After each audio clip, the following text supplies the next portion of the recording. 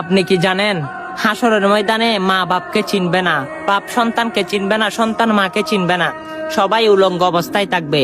আল্লাহ রাব্বুল আলামিন যখন অর্ডার দিবে তখন তানে চুবার মতো উড়ে উড়ে সবাই জাহান্নামে পড়বে।